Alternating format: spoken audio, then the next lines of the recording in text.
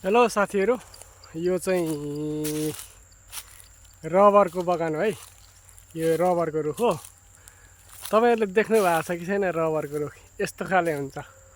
रबरको रुख चाहिँ हेर्नु है, यो देख्नुभयो? रबरको रुख चाहिँ यो, अनि यसको रबर चाहिँ यहाँ हेर्नु, यसरी निकाल्छन् के।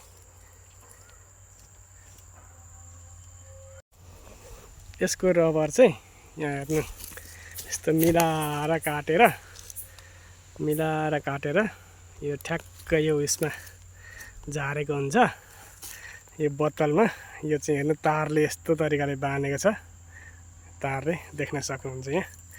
यो चाहिँ रबर हो। हेर्नुहोस् त साथीहरू, यो चाहिँ यो भरिएपछि चाहिँ यसलाई उठाएर लान्छन् मान्छेले। जसको मान्छेले भन्दा नि जसको त्यसले उठाएर लान्छ। अनि बिहान बिहानै आएर काट्छन्। अब अहिले चाहिँ घर जाने बेला भएको छ उनीहरूको।